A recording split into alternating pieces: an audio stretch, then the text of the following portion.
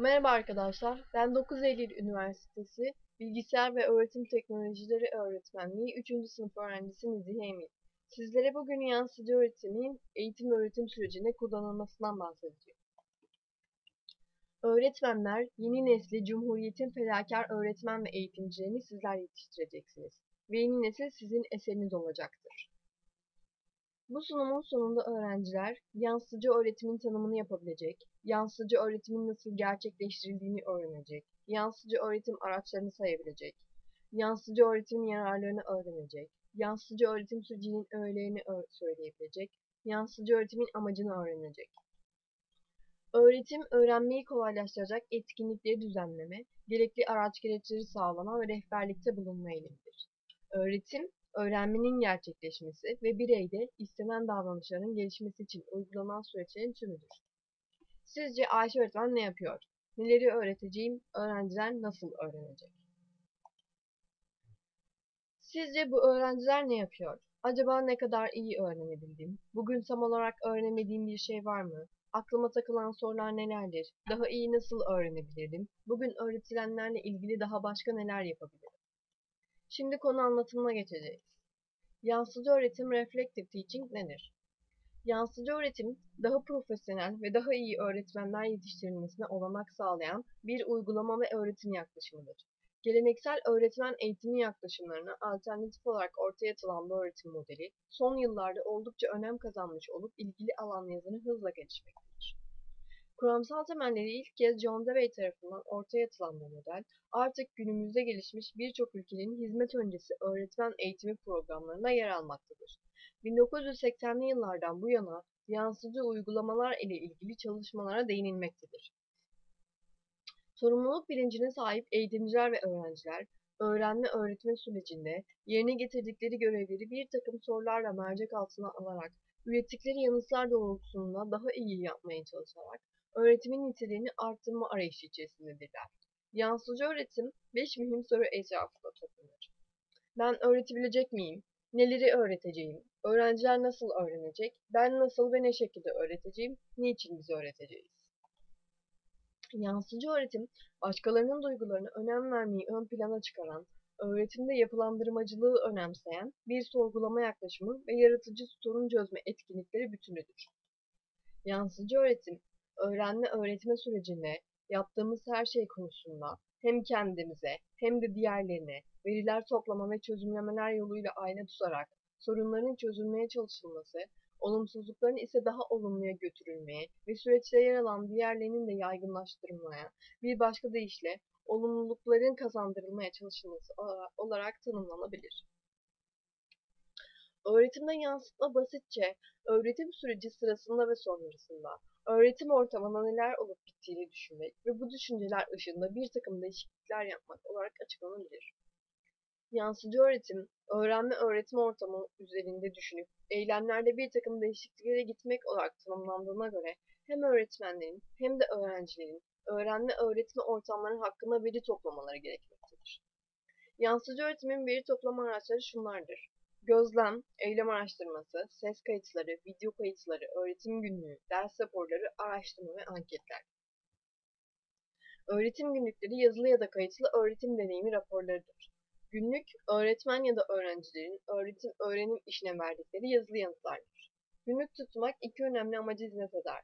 Bunun birincisi, daha sonraki yansımanın amaçları için olay ve düşüncelerin kaydedilmesi. İkincisi ise yazma sürecinin kendisinin öğretimin iç yüzünün anlaşılmasına yardımcı olması. Ders raporları öğretmene dersin temel özelliklerini hatırlatmaya yarayan listeler ya da çizelgelerdir. Bir ders raporu örneği görelim. Dil bilgisi dersi için ders raporu örneğinde bugünkü dersteki temel nokta, derste dil bilgisi çalışmalarına ayrılan zaman oranı, dil bilgisi neye göre öğretildi, dil bilgisi nasıl öğretildi, öğrenciler dil bilgisi ödevi verildiğinde neler yaptılar gibi bir takım başlıklar altına toplanır. Araştırma ve anketler. Öğretimin özel yönleri üzerine bilgi toplamak için düzenlenmiş araştırma ve anketlerdir. Bir öğrenci anketi örneği görelim. En iyi nasıl öğrenebilirim şeklinde yapılmış bir anket. Ses ve görüntü kayıtları, ders ya da dersin bir parçasının kayıtlarıdır. Derste yaşanan olaylara ilişkin gerçeklerin tam anlamıyla yansıtabilmesi ancak onların ses ve görüntü kayıtlarının tutulmasıyla mümkün olur. Gözlem, öğretmenlerin elde edilen yansıtmalarla sınıflarında neler olup bittiğini daha nesnel bir biçimde görüp değerlendirme fırsatı buldukları gözlem tekniği, stajyerlerin bir öğretmenin sınıfını gözlemlemesi ya da bir öğretmenin başka bir meslektaşının sınıfını gözlemlemesi biçiminde yapılabilir. Eylem araştırması, öğretmenin sınıftaki öğrenme öğretimi etkinliklerini incelemesi ve bu incelemelerden yola çıkarak uygulamalarına bir takım değişikliklere gitmesi biçiminde tanımlanabilir. Bir eylem araştırması örneği görelim. Japon bir İngilizce öğretmeni derste İngilizce kullanım oranını arttırmak istiyordu. Bunun için öncelikle 2 hafta süreyle dersini kaydetti ve kayıt kasetlerini dinlediğinde %70 İngilizce, %30 oranında Japonca kullandığını fark etti. Kasetleri tekrar dinlediğinde sınıf yönetimi ve dönüt vermede Japonca'ya başvurduğunu gördü. Daha sonra bu iki durumda Japonca kullanma oranını azaltmak için bir plan oluşturdu. İlk önce sınıfında tamamen İngilizce kullanan bir rehbere müracaat etti. Ondan sınıf yönetiminde ve dönüt vermede en çok kullanılan ifadeleri öğrenip küçük kartların üzerine not etti. Bu kartları masasında en gözü çarpan yere koydu. Sınıf yönetiminde ve dönüt vermede bu kartlardaki ifadelerden yararlandı. Bir süre sonra kartlara gereksinim duymadan dersini işlemeye başladı. Dersini tekrar kaydettiğinde Japonca kullanımında önemli derecede bir azalmanın olduğunu gördü. Yansıtıcı öğretim sürecinin öğeleri: inceleme, bilgilendirme, bilgileri karşılaştırma, değerlendirme ve eyleme geçirme. İnceleme sürecinde öğretmen öğrenci olarak ne yapıyorum? Yaptıklarının farkına varma. Yansıtıcı öğretim sürecinin ilk aşaması olan inceleme, öğrencinin öğretmenin, öğretim ortamında kendi öğrenme öğretme yöntemleriyle ilgili gözlem yapmalarını ve veri toplamalarını içerir. Bilgilendirme, öğretim öğrenim biçimini ne ifade ediyor? Öğretim ortamındaki eylemlerimle ne yapmak istedim? Bir önceki basamakta toplanan veriler bu aşamada bir çeşit analiz edilir. Bilgileri karşılaştırma. Öğretim öğrenim biçimim ne ifade ediyor? Şu anki öğrencilik anlayışımın oluşması nasıl gerçekleşti? Bu aşama öğretimle ilgili düşünceleri ve bu düşüncelerin üzerinde oluştuğu yapıları tartışmayı içerir. Değerlendirme. Nasıl farklı öğretebilirim, nasıl farklı öğrenirim? Öğretim uygulamaları sırasında elde edilen verileri mantıksal olarak tartışmak ve yorumlamak, alternatif etkinlik dizileri aramaya neden olur. Ki bu da bireyin kendisini geliştirmesi için atmış olduğu önemli bir adımdır. Eyleme geçirme. Şimdi nasıl öğreteceğim, şimdi nasıl öğreneceğim?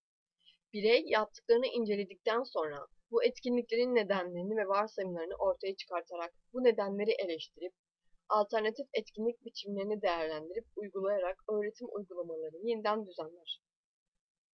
Mesleki gelişimin ilk ve en önemli ilkesi, öğretmenlerin günlük sınıf içi olaylar üzerine yaptıkları çoğu zaman kendiliğinden ve rastgele olan yansımalardır.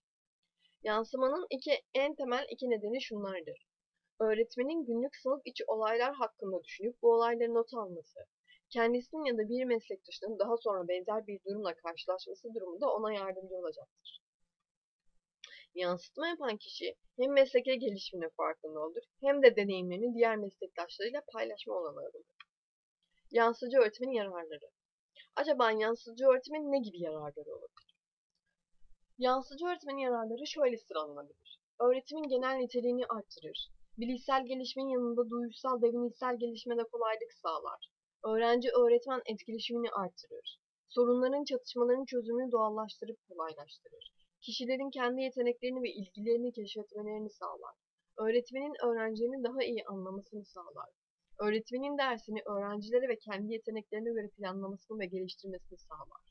Öğretmenler karşılıklı deneyim ve görüş alışverişinde bulunurlar. Öğrencilerin ve öğretmenlerin güdüsünü artırır. Konu anlatımı burada sona ermiştir. Şimdi 3 tane çoktan seçmeli sorudan oluşan performans testimize geçelim. Bir öğretmen mesleki deneyimleri üzerine düşünüp seçimler yapmakta ve bunlardan ders çıkarmaktadır. Yaptığı seçimlerin sorumluluğunu üstlenmekte, daha sonra ise bu edinimlerinin yeni planlarında kullanmaktadır. Öğretmenin bu özellikleri aşağıdaki üst düzey becerilerden hangisine sahip olduğunun göstergesidir. Şimdi eleştirel yanıtına tıklayalım. Biraz daha düşünelim. Aynı zamanda hem öğretmenin dersten sonra kendi kendine soracağı bir takım soruların yanıtlarını kendisine üretmeye çalışması, öğretmenin kendi kendine yansıtmasıdır. Yansıtmacı seçeneği. İpucunu görelim. Sorumluluk sahibi öğretmen ve öğrencinin niteliğini arttırmak amaçlı kendilerini geliştirmesi aynı zamanda bir öğretim türünün de adıdır.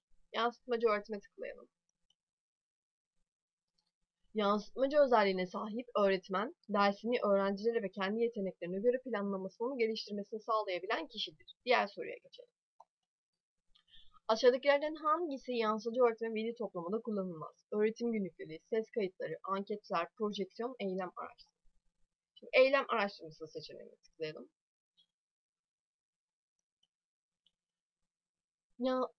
Maalesef yanlış seçenek. Yansıtıcı öğretimde eylem araştırmasıyla öğretmenler sınıftaki öğretme etkinliklerini inceler ve bir takım değişikliklere giderler. Soruya dönelim. İpucunu görelim. Sunum yapmak için hazırladığımız metalleri duvara yansıtmada o cihazdan yararlanırız. Projeksiyon cihazına tıklayalım.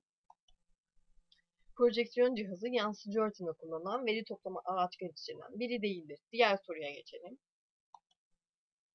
Nasıl farklı öğrenebilirim, nasıl farklı öğretebilirim sorusu yansıtıcı öğretimin hangi sürecinde sorulur? İpucuna tıklayalım.